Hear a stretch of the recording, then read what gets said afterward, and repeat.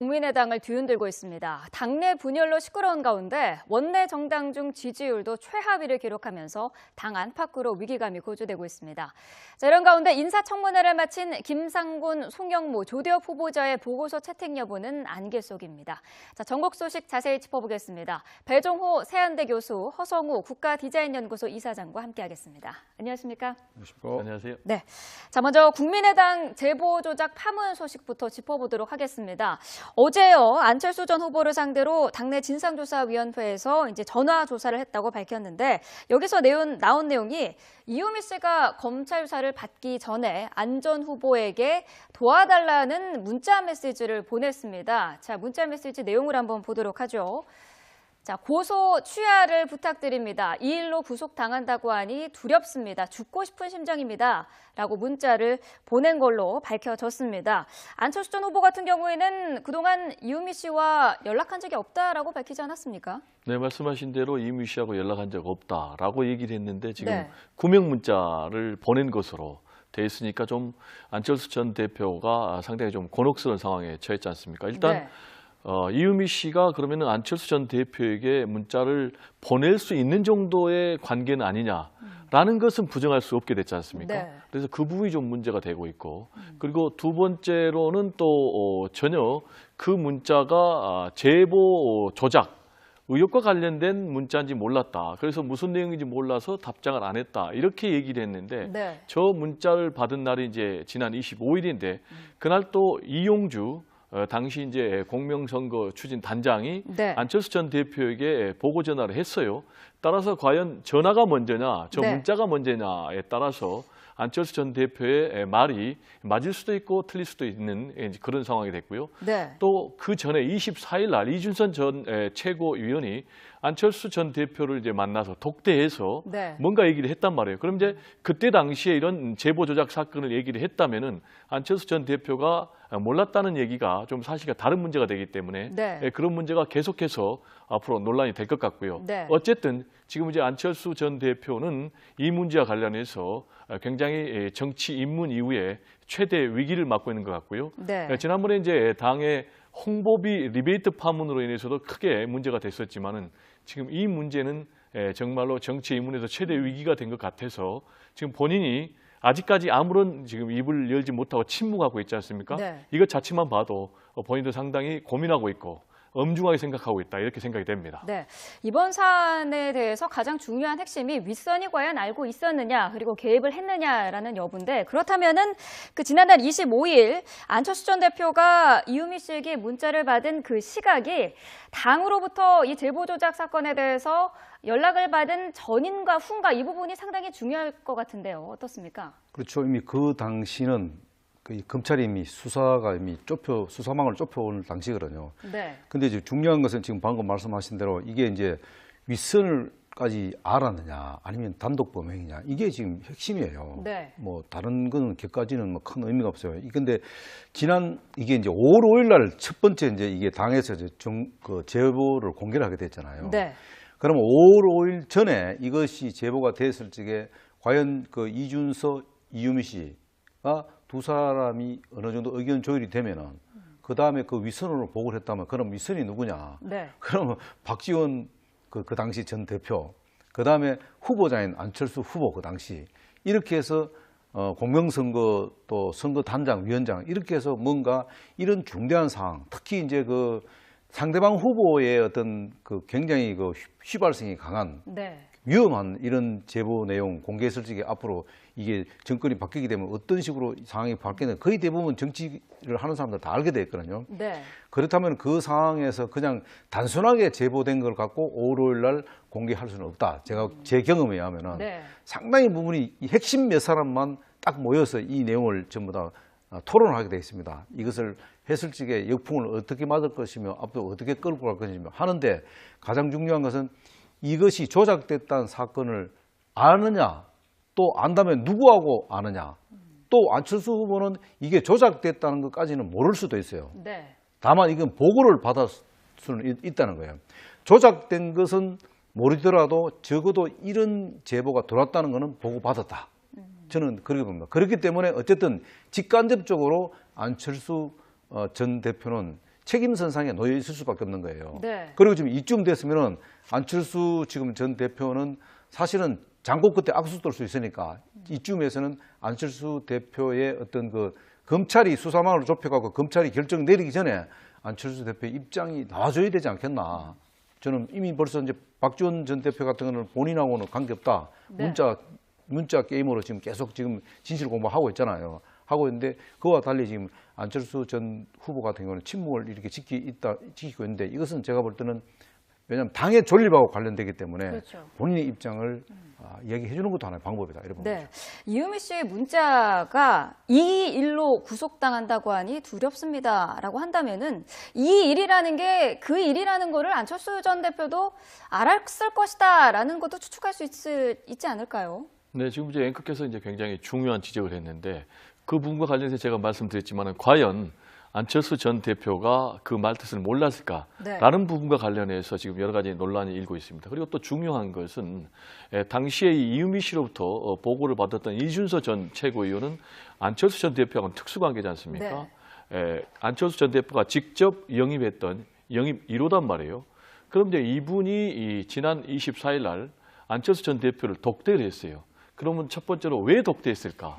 라는 의문이 들고요. 그러면 독대를 한 자리에서 과연 최근에 제보 조작 파문을 얘기하지 않았을까라는 의문이 들거든요. 따라서 지금 이와 관련해서 지금 국민의당 내부에서도 나중에 정확한 진실은 검찰 수사 결과 나오겠지만은 현재 상황에서 안철수 전 대표가 즉각적으로 정치적 도의적으로 뭔가 입장 표명 그리고 사과 같은 것이 있어야 된다라는 이제 그런 주장을 지금 혁신위원장이 하고 있지 않습니까? 그럼 이제 안철수 전 대표는 이 부분에 대해서 왜 말을 하지 못하느냐 또는 이제 일부에서는 말을 안 하는 것이 아니고 못하는 그런 속 사정이 있는 것 아니냐라는 이제 그런 추측까지 하고 있는데요. 제가 볼 때는 본인이 실기를 한 것 같습니다.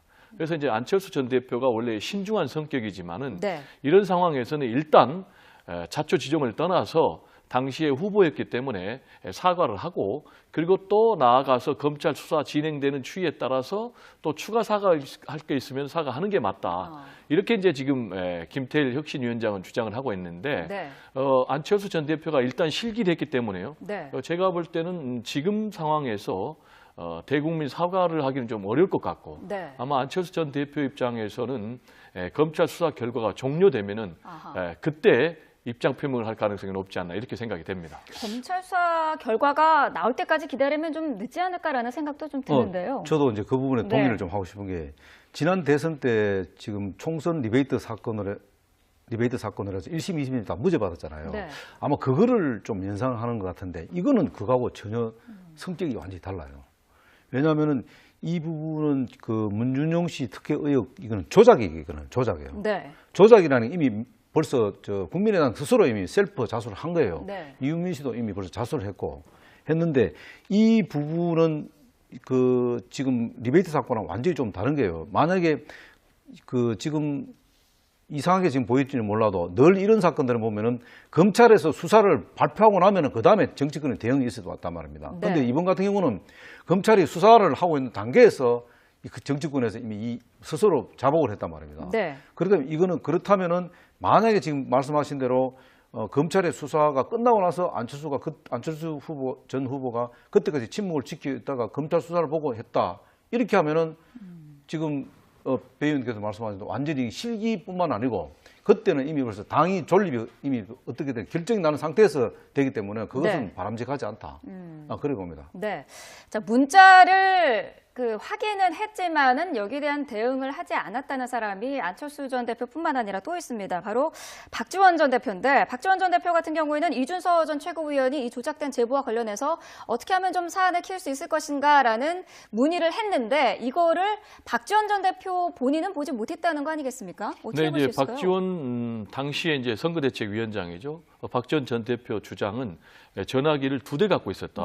왜 2대 갖고 있었냐면 이제 문자 폭탄이 많이 오니까 본인이 2대를 갖고 한 대는 이제 비서관에게 줬는데 그 이준서 전 최고위원이 여러 가지 자료들 캡처 화면 또 문자 보낸 것은 자기가 소지하고 있지 않는 비서관이 소지하고 있는 전화로 왔다. 그래서 나는 연락을 받지 못했다. 그럼 이제 비서관은 왜 연락을 하지 않았느냐라는 네. 것과 관련해서 중요한 문제라고 생각을 한다면은 본인이 직접 전화를 했을 것이다. 그래서 나는 보고를 안 했다라고 이제 해명을 했거든요. 네. 근데 이 해명이 좀 말이 안 맞는 게 이거 굉장히 중요한 문제 아닙니까? 네. 그렇다면 이제 자연스럽게 두 번째로 그러면은 이준서 전 최고위원이 박지원 전 대표에게 직접 전화를 했을 것이다라는 문제가 나오는데 이것과 관련해서는 이제 박지원 전 선대위원장 전 대표는 다 통화 기록을 확인해 보니까 전화를 받은 내용이 없었다. 네. 그리고 본인도 전화를 하지 않았다. 지금 이렇게 주장을 하고 있거든요.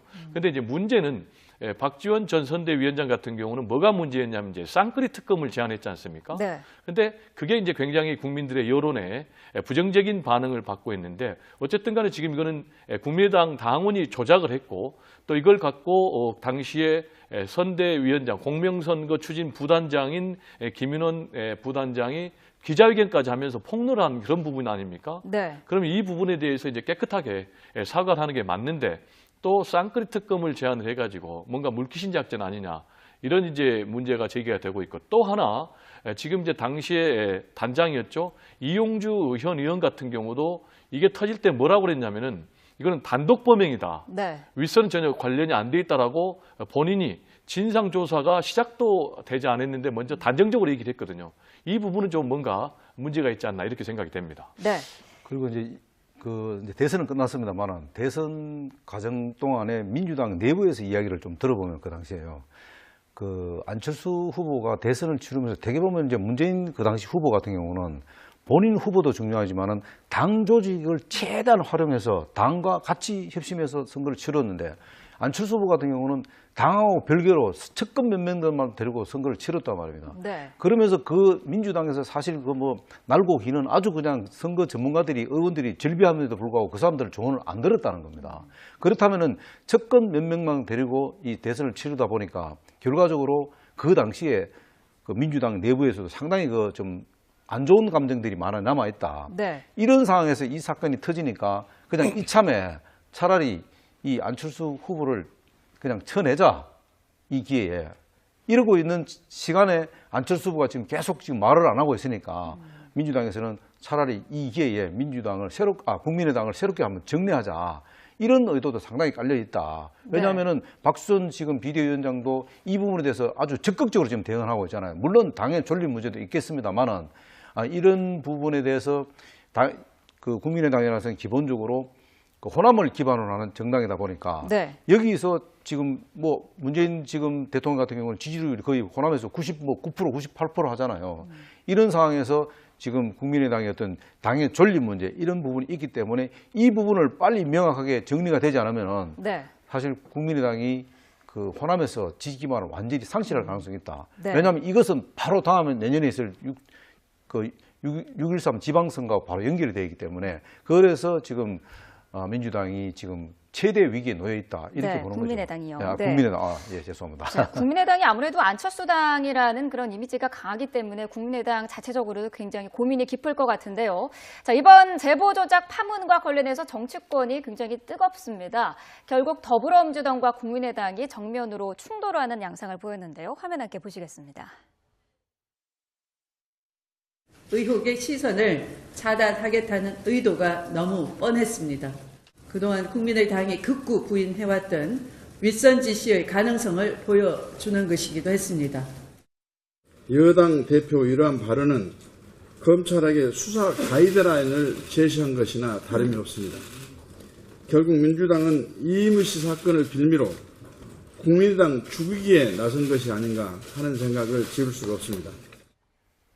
네, 민주당이 국민의당 죽이기에 나섰다라고 얘기를 했는데 어떻게 보셨습니까?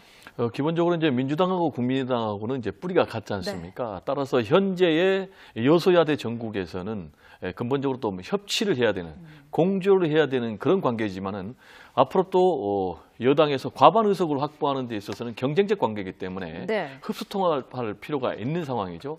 따라서 이제 민주당 입장에서는 지금 국민의당에서 굉장히 치명타를 입고 있기 때문에 네. 차제에 국민의당 이제 흔들기에 나서서 특히 이제 지방선거에서 우위를 점하고 더 나아가서는 지방선거 이후라든지 또는 그 전에라든지 국민의당을 흡수통합하는 게 이제 가장 좋은 것 아니겠습니까?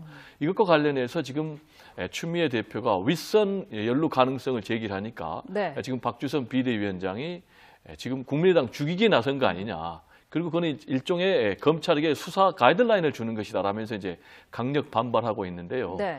인위적인 이제 정계 개편은 좀 문제일 것 같고요. 지금 이제 국민의당은 현재 창당일의 최대 위기를 맞고 있습니다. 최근에 여론조사를 보면은 원내 정당 가운데 5%로 네. 지금 꼴찌를 하고 있지 않습니까? 네, 지지율이 지난주 최하위죠. 7%에서 이제 2%포인트 하락했고요. 네. 특히 이제 텃밭인 호남에서는 11%에서 6%로 무려 5%포인트가 빠졌거든요. 네. 지금 이렇게 되면서 이번 파문으로 인해서 지금 국민의당에서 크게 두 가지 흐름이 있습니다. 하나는 탈당 흐름이 좀 있습니다. 네. 이대로 하면은 안 된다. 탈당해라. 라는 이제 그런 움직임이 있고요. 실제로 황정 의원 같은 경우에 창피해서 내가 못하겠다. 네. 라는 얘기를 하면서 지방을 다녀보면은 빨리 나와라. 이런 이제 얘기를 한다고 해요. 그래서 이제 앞으로 국민의당은 갈수록 구심력보다는 이제 원심력이 강화되면서 당의 뿌리가 굉장히 흔들릴 것 같고요. 네. 그리고 또 하나의 흐름은 이제 새 간판론이 나오고 있습니다. 그게 뭐냐면은 여태껏이 이제 안철수 당이다. 라는 그런 이미지가 있었지만은 이제 네. 안철수의 새 정치가 치명적인 타격을 입은 이런 상황에서 안철수 간판으로 되지 않는다. 차제의 제2의 창당에 준하는 그런 근본적인 변화를 통해서 당의 정체성을 새롭게 해야 된다라는 이제 그런 새 간판론이 나오고 있고요. 네. 지금 이런 상황이기 때문에 당초에 8월 27일 날 국민의당의 전당대회가 지금 잡혀 있는데 그 전당대회 자체가 지금 굉장히 불확실한 그런 상황이고요. 네. 만약에 이제 검찰 수사 과정에서 윗선이 개입된 게 드러난다면은 국민의당은 정말로 치명타 입을 수밖에 없고요. 네. 그리고 현재 국민의당이 여소야대 국면에서 캐스팅 보트를 지금 행사해 왔지 않습니까? 네. 그래서 당장 이 캐스팅 보트를 행사해 온 국민의당 입지가 상당히 흔들릴 것으로 전망이 됩니다. 네. 윤종영 씨 지금 특혜 의혹 파문, 조작 파문 관련해서 두 가지 또 관점을 한번 볼 수 있어요. 하나는 네. 뭐냐면은 왜 이 시점에서 이 사건이 나왔느냐 하는 부분이에요. 지금은 청문회 정국이 딱 지금 돌입해 있는 시점이에요. 그리고 과연 이게 울고 싶을 때 뺨을 때리는 격인지 이것도 짚어봐야 된다. 네. 제가 볼 때는 이번에 이 사건을 해서 청문회 정국이 상당히 지금 둔화됐어요. 그리고 야당의 어떤 칼날이 굉장히 무뎌졌다. 그리고 이와 관련해서 또 지금 청문회 지금 3명의 야당에서는 일단 부적격으로 판단했지만 이것이 또 희석이 돼갖고 또 그대로 그냥 밀어붙일 가능성이 없다. 이런 부분도 상당히 맞물려 있고요. 또 네. 국민의당에서는 민주당과의 뭔가 연대니 뭐 이런 부분들을 어느 정도 물밑 작업을 하려고 하다가 사실은 울고 싶을 때 뺨을 때려버린 거죠. 네. 그러니까 오히려 이 부분이 자칫하면은 그 화를 불러일으킬 수 있다 보니까 오히려 국민의당은 선명성 경쟁으로 갈 수밖에 없다. 그럼 민주당이 원하는 방식으로 가지는 않을 것이다. 네. 그러나 민주당 입장에서 볼 때는 지금 그 120석만 갖고 있기 때문에 이 40석을 갖고 있는 국민의당이 굉장히 유혹적이죠. 그러나 이번 사건에 대해서 오히려 국민의당은 더 선명성 경쟁으로 갈 가능성이 높다. 네. 이렇게 한편으로 또 반대로 그렇게 볼 수도 있다고 보는 거죠. 네. 예. 국민의당의 그 미래가 앞서서 그 두 가지를 말씀을 하셨습니다만은 검찰 수사 결과에 따라서 좀 달라질 것 같은데요. 만약에 윗선 개입이 있었던 것으로 드러난다면은 간판을 가는 것은 좀 힘들지 않을까라는 생각도 들어요. 저도 이제 앵커께서 말씀하신 그런 지적에 공감을 하는 게 기본적으로 박주선 비대위원장이 뭐라고 밝혔습니까? 만약에 윗선에서 연루된 것이 드러나면은 네. 스스로 당을 해체하겠다 이렇게 얘기를 했지 않습니까? 그리고 지금 제보 조작을 했다는 것은 이건 지금 어마어마한 사건이거든요. 제2의 김대엽 사건이다라고까지 얘기를 하고 있는데 네. 이 사건에 더구나 당의 윗선이 연루가 됐다면은 공당으로서의 도덕성은 이제 치명타를 입기 때문에 당의 간판을 유지하기가 어렵다고 보고요. 네. 지금 이제 당장 중요한 것은 검찰의 수사가 어떻게 진행될 것이냐라는 그 부분 아니겠습니까? 네. 그래서 당장 이제 검찰은 이준서 전 최고위원을 조만간에 소환해서 조사한다고 그러고요. 네. 그리고 지금 처음부터 끝까지 낱낱이 밝히겠다. 라는 입장이기 때문에 제가 볼 땐 자연스럽게 당시에 폭로 기자회견을 했던 김인원 공명선거 추진 부단장 네. 그리고 그 위에 수석 부단장 김성호 전 의원 그리고 이용주 단장까지도 할 수밖에 없는 상황이고요. 그리고 또 이유미 씨로부터 문자를 받았던 안철수 전 후보 그리고 또 이준석 전 최고위원으로부터 문자를 받았던 박지원 전 선대위원장 이분들에 대해서도 수사가 불가피한데 네. 또 이분들에 대해서 만약에 검찰에서 소환 조사를 할 경우에 국민의당이 강력 반발하면은 전국은 이제 굉장히 또 급냉할 가능성이 높다고 전망이 됩니다. 네. 어떻습니까? 안철수 전 대표에 대한 검찰의 조사도 필요하다고 보시나요? 제가 볼 때는 참고인 조사를 할 가능성이 높다. 네. 왜냐하면은 그렇다 검찰 수사가 끝난다고 하더라도 이 사건 자체가 일단 최종적으로 뭐 일단 유무죄가 판단돼야 되잖아요. 그러나 네. 그 과정에 지금 이제 말씀하신 대로 이 최고 위선에 누구누가 이미 관여되어 있는 것은 반드시 검찰도 제가 볼 때는 성역 없는 수사를 하기 때문에 해야 네. 되기 때문에 아마 참고인 조사는 할 가능성이 높다. 다만 이제 민주당 입장에서는 이게 지금 이제 그 국민의당이 이런 위선이 개입되었다고 확인되면은 당이 이제 흔들리게 되면은 아마 또 당을 흡수보다는 당 쪼개기로 갈 가능성이 높죠. 왜냐하면 당대당 통합을 해버리면 역풍을 맞을 수 있으니까 당을 잘게 쪼개서 네. 흡수를 하는 그런 방향으로 갈 수도 가능성도 그렇게 되면 결국은 큰 틀에서 보면은 정계 개편이 일어날 가능성이 상당히 높다. 네. 왜냐하면 민주당은 어차피 이 120석 갖고는 여러 가지 지금 국회 어떤 그에서 대통령이 국정 철학을 수행할 수 있는 임무를 맡기에는 굉장히 부담스럽다. 네. 그렇기 때문에 어쨌든 의석수를 인위적으로라도 늘리려고 하는 그런 어떤 노력은 상당히 할 거다 이렇게 보는 거죠. 네. 자, 이번에는 인사청문회 이야기도 좀 짚어보도록 하겠습니다. 야3당이 그 신부적격 3종 세트로 규정하고 반대하고 있는 후보들이죠. 김상곤, 송영무 그리고 조대엽 후보자의 청문회가 어제까지로 이제 마감이 됐습니다. 자, 어제 조대엽 고용노동부 장관 후보자 청문회가 있었습니다. 자정이 넘어서 이제 끝이 났는데 어제 청문회는 어떻게 보셨습니까? 네, 어제 청문회는 여야가 아주 극명하게 서로 상반된 대치 전국이었다고 봅니다. 네. 지금 말씀하신 대로 김상곤 교육부 장관 후보자 그리고 또 송영무 국방장관 후보자 또 네. 조대엽 고용노동부 장관 후보자 3인에 대해서는 야당은 부적격자다. 그래서 신부적격 3종 세트다. 네. 그래서 자진 사퇴하거든지 아니면 지명 철회해라라고 이렇게 강력하게 주장을 하고 있고 여기에 대해서 민주당, 여당은 무슨 얘기냐 결정적인 한방도 없었고 네. 오히려 청문회를 통해서 적임자라는 것이 입증이 됐다라고 지금 얘기를 하고 있거든요. 네. 그래서 이제 이 3인에 대해서 야3당은 이제 청문 채택 보고서를 안 해줄 것 같고요. 청문 보고서 채택을 안 할 것 같고요. 네. 제가 볼 때는 이제 가장 위험한 분이 송영무 국방장관 후보자라고 봅니다. 왜냐하면 이제 송영무 국방장관은 이제 해군 출신 아닙니까? 네. 문재인 대통령이 해군 출신을 한 것은 육군 중심의 국방부를 계획을 해라.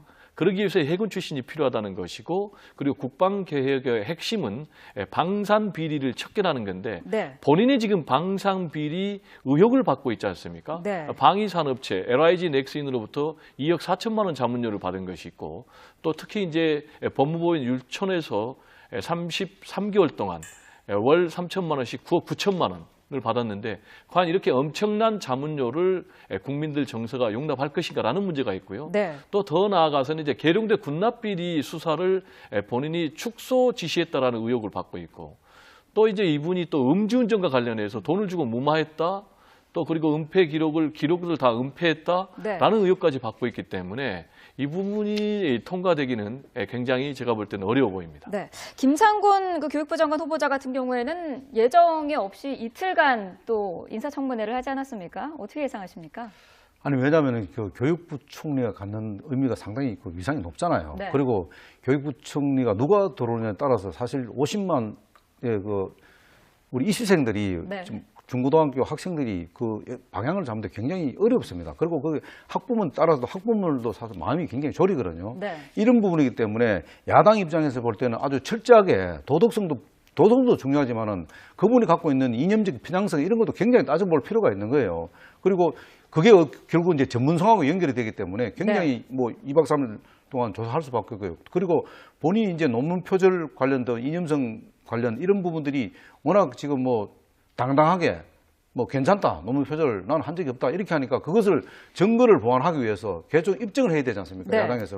그러다 보니까 좀 그 2박 3일이라는 이런 그 정말로 어떻게 보면은 굉장히 여야가 진짜 뭐 아주 첨예하게 이것을 조사했다 하는데 저는 이제 결과적으로 보면은 뭐 조대엽, 네. 그다음에 뭐 김상곤, 그다음에 송영무 이 세 사람이 지금 최대 화두지 않습니까? 네. 그건 뭐냐면은 이미 전문성과 도덕성이 이미 부적격으로 이미 판단이 됐습니다. 네. 판단이 됐기 때문에 야당에서는 일단 판단이 되고 그러나 여당 입장에서는 이 세 사람이 부적격으로 판단하니까 무조건 야당이 이거는 정치적 공세다 이렇게 하는데 야당의 고민 그리고 야당의 입장도 이번에는 민주당이 좀 고민해 볼 필요가 있다. 물론 그렇다고 해서 지금 대통령이 뭐 강행할 가능성이 상당히 높다고 저는 봅니다만은 네. 만약에 이것이 강행을 할 경우에는 앞으로 있을 추경이라든가 정부 조직법 이런 부분들은 협치가 거의 불가능하다. 네. 그렇다고 지금 뭐 대통령께서 지금 방미하고 지금 돌아오신다고 해서 바로 지금 이 세 사람에 대해서 뭐 한 사람도 남김없이 지금 이 여러 가지 후보자들이 하는 이 상황들을 보면은 네. 본인들이 끝까지 가면은 대통령이 그대로 임명을 하겠다는 그런 의지가 묻혀 있는 거예요. 네. 그럼 청와대와 민주당의 어떤 입장이 이미 다 이미 청문회하는 과정에서 이미 다 드러났어요. 드러나기 때문에 이제 앞으로 돌아와서 대통령이 정말로 그러면 야당이 부적격으로 판단함에도 불구하고 세 사람 다 강행을 임명하게 되면은 굉장히 후반기 지금 7월 당장 4일부터 지금 다시 또 임시국회 열리는데 국회 네. 이 국회에서는 거의 공정될 가능성이 없다. 여기에 뭐 할 수 있는 게 추경하고 정부 조직법인데 결국은 이렇게 되면은 정부 조직법도 결국은 정부를 구성하는데 상당한 시간이 걸릴 가능성이 없다. 네. 그렇기 때문에 앞으로 이 협치를 하기 위해서는 문재인 대통령이 결단도 필요할 것이라고 저는 봅니다. 임명을 강행할 가능성이 크다고 말씀을 하셨는데 교수님 생각은 어떠신가요? 지금 저도 임명을 강행할 가능성은 높다고 봅니다. 네. 왜냐하면은 문재인 대통령의 지지율이 지금 다시 80%로 올라갔지 않습니까? 네. 그리고 또 문재인 대통령 입장에서 이제 송영무 국방장관 후보자 같은 경우는 국방 계획을 위해서 이제 본인은 적임자로 생각을 합니다. 왜냐하면은 다 육군 중심의 인물로 돼 있기 때문에 그걸 이제 할 만한 마땅한 적임자가 없다. 이제 네. 이런 입장이고 또 하나는 여당 그리고 청와대의 시각은 이런 시각이 있는 것 같아요. 최근에 송영무 국방장관 후보자에 대한 여러 가지 의혹 그리고 문제 제기들이 개혁을 방해하는 세력들의 조직적인 그런 움직임이다. 라는 이제 그런 시각이 있거든요. 그렇지만은 문재인 대통령이 강조한 것이 결국 이제 국민 여론 아니겠습니까? 네. 그래서 지난번에 안경환 전 법무장관 후보자 같은 경우도 문재인 대통령의 멘토였거든요. 네. 그리고 사법개혁의 쌍두마차였거든요. 조국 민정수석과 함께. 그럼에도 불구하고 사실상 자진낙마 형식으로 그분이 중간에 사퇴했던 것은 본인의 몰래 혼인신고 문제도 있었지만은 네. 아들의 또 입시 의혹 문제까지 불거질 경우에 굉장히 국민 여론이 거세게 반발할 수 있다라는 것 때문에 결국 이제 도중 하차했거든요. 네. 그렇지만 현재 지금 송영무 전 현 국방장관 후보자 같은 경우에 너무나 비리 의혹들이 많기 때문에 과연 문재인 대통령이 임명을 강행할지 법적으로는 가능합니다. 그렇죠. 그렇지만 이제 임명을 강행했을 경우에 그게 결국은 본인의 정치적 부담으로 나오기 때문에 문재인 대통령이 이제 결국은 한미 정상회담 마치고 귀국하면은 이제 임명을 할 텐데 제가 볼 때는 문재인 대통령이 마지막까지 고심에 고심을 하지 않을까 이렇게 생각이 됩니다. 네. 그리고요, 지금 이번 이 세 사람은 뭐 우리 저 배우님께서 다 말씀하셨습니다만 결정적인 부적격자로 이미 다 결정적인 부적격 팩트가 다 드러나 버렸어요. 그럼에도 불구하고 이것을 과연 이 세 사람들이 이 청문회 과정에서 이 당당하게 자기 어떤 생각을 의견을 발표하는 거 보면은 거의 뭔가 하여튼 그 물러날 생각이 전혀 없다는 거예요. 또 본인들도 의지가 강하고. 네. 그렇다면 이 세 사람으로 인해서 전국이 만약에 꼬이고 여야 관계가 대치 상면으로 계속 가게 되면 본인들이 얼마나 불행하겠습니까? 그것이 본인들이 국회에 출석해서 상임위에서 출석해서 그 업무보고를 할 적에 과연 야당에서 업무보고를 제대로 받겠냐는 부분이거든요. 그렇다면은 이 세 사람 중에 적어도 한두 명 정도는 사실 문재인 대통령의 어떤 국정 수행을 위해서라도 부담을 덜 주기 위해서 본인 스스로 물러나는 것도 저는 굉장한 용기라고 봅니다. 네. 그렇기 때문에 이 부분은 청와대에서 어떤 그 뜻을 밝히기 전에 본인들이 알아서 그 물러나 주는 것이 국민들한테 좀 편안한 그 인식을 주지 않겠나 그렇게 봅니다. 네. 네, 지금 이제 앵커께서 이제 굉장히 중요한 지적을 했는데 그 부분과 관련해서 제가 말씀드렸지만 과연 안철수 전 대표가 그 말뜻을 몰랐을까라는 부분과 관련해서 지금 여러 가지 논란이 일고 있습니다. 그리고 또 중요한 것은 당시에 이유미 씨로부터 보고를 받았던 이준서 전 최고위원은 안철수 전 대표하고는 특수관계지 않습니까? 안철수 전 대표가 직접 영입했던 영입 1호단 말이에요. 그럼 이제 이분이 지난 24일 날 안철수 전 대표를 독대를 했어요. 그러면 첫 번째로 왜 독대했을까? 라는 의문이 들고요. 그러면 독대를 한 자리에서 과연 최근에 제보 조작 파문을 얘기하지 않았을까라는 의문이 들거든요. 따라서 지금 이와 관련해서 지금 국민의당 내부에서도 나중에 정확한 진실은 검찰 수사 결과 나오겠지만은 현재 상황에서 안철수 전 대표가 즉각적으로 정치적 도의적으로 뭔가 입장 표명 그리고 사과 같은 것이 있어야 된다라는 이제 그런 주장을 지금 혁신위원장이 하고 있지 않습니까? 그럼 이제 안철수 전 대표는 이 부분에 대해서 왜 말을 하지 못하느냐, 또는 이제 일부에서는 말을 안 하는 것이 아니고 못하는 그런 속 사정이 있는 것 아니냐라는 이제 그런 추측까지 하고 있는데요. 제가 볼 때는 본인이 실기를 한 것 같습니다. 그래서 이제 안철수 전 대표가 원래 신중한 성격이지만은 이런 상황에서는 일단 자초지종을 떠나서 국민의당을 뒤흔들고 있습니다. 당내 분열로 시끄러운 가운데 원내 정당 중 지지율도 최하위를 기록하면서 당 안팎으로 위기감이 고조되고 있습니다. 자, 이런 가운데 인사청문회를 마친 김상곤, 송영무, 조대엽 후보자의 보고서 채택 여부는 안개 속입니다. 자, 전국 소식 자세히 짚어보겠습니다. 배종호 세한대 교수, 허성우 국가디자인연구소 이사장과 함께하겠습니다. 안녕하십니까? 안녕하세요. 네. 자, 먼저 국민의당 제보 조작 파문 소식부터 짚어보도록 하겠습니다. 어제요, 안철수 전 후보를 상대로 당내 진상조사위원회에서 이제 전화 조사를 했다고 밝혔는데 여기서 나온 내용이 이유미 씨가 검찰 수사를 받기 전에 안 전 후보에게 도와달라는 문자 메시지를 보냈습니다. 자, 문자 메시지 내용을 한번 보도록 하죠.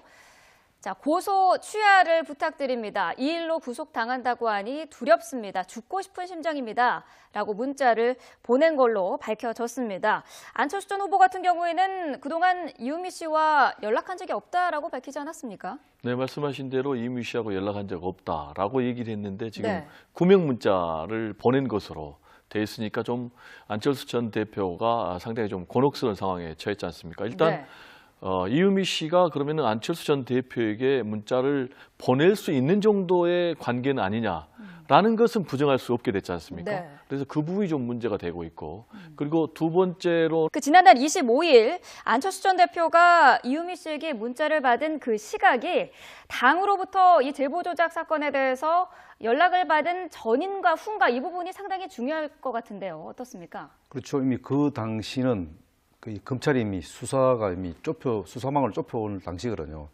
근데 이제 중요한 것은 지금 방금 말씀하신 대로 이게 이제 윗선을까지 알았느냐 아니면 단독 범행이냐 이게 지금 핵심이에요.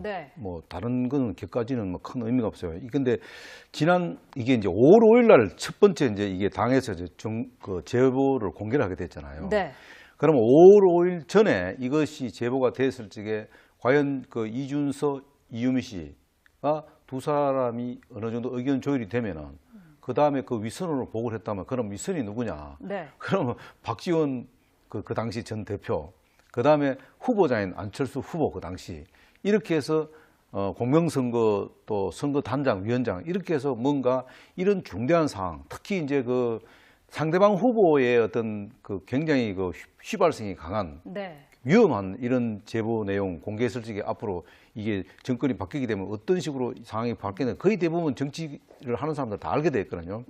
그렇다면 그 상황에서 그냥 단순하게 제보된 걸 갖고 5월 5일 날 공개할 수는 없다. 제가 제 경험에 의하면은 상당히 부분이 이 핵심 몇 사람은 또 전혀 그 문자가 제보 조작 의혹과 관련된 문자인지 몰랐다. 그래서 무슨 내용인지 몰라서 답장을 안 했다. 이렇게 얘기를 했는데 저 문자를 받은 날이 이제 지난 25일인데 그날 또 이용주 당시 이제 공명선거 추진 단장이 안철수 전 대표에게 보고 전화를 했어요.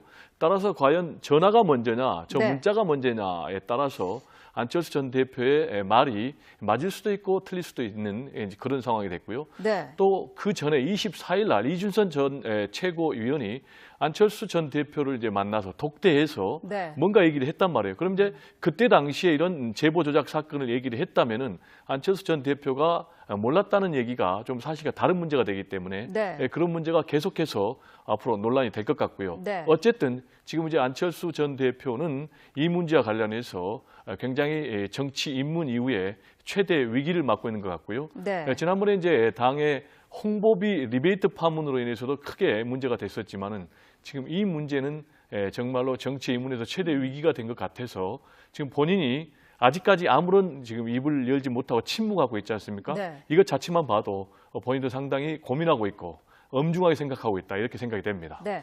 이번 사안에 대해서 가장 중요한 핵심이 윗선이 과연 알고 있었느냐 그리고 개입을 했느냐라는 여부인데 그렇다면은 만 딱 모여서 이 내용을 전부 다 토론하게 되어 있습니다. 이것을 했을 적에 역풍을 어떻게 맞을 것이며 앞으로 어떻게 끌고 갈 것이며 하는데 가장 중요한 것은 이것이 조작됐다는 사건을 아느냐 또 안다면 누구하고 아느냐 또 안철수 후보는 이게 조작됐다는 것까지는 모를 수도 있어요. 네. 다만 이건 보고를 받을 수는 있다는 거예요. 조작된 것은 모르더라도 적어도 이런 제보가 들어왔다는 것은 보고받았다. 저는 그렇게 봅니다. 그렇기 때문에 어쨌든 직간접적으로 안철수 전 대표는 책임선상에 놓여 있을 수밖에 없는 거예요. 네. 그리고 지금 이쯤 됐으면은 안철수 지금 전 대표는 사실은 장고 끝에 악수 떨 수 있으니까 이쯤에서는 안철수 대표의 어떤 그 검찰이 수사망을 좁혀가고 검찰이 결정 내리기 전에 안철수 대표의 입장이 나와줘야 되지 않겠나. 저는 이미 벌써 이제 박지원 전 대표 같은 거는 본인하고는 관계없다. 네. 문자 게임으로 지금 계속 지금 진실 공부하고 있잖아요. 하고 있는데 그와 달리 지금 안철수 전 후보 같은 경우는 침묵을 이렇게 지키고 있는데 이것은 제가 볼 때는 왜냐하면 당의 존립하고 관련되기 때문에 그렇죠. 본인의 입장을 이야기해 주는 것도 하나의 방법이다. 이런 네. 거죠.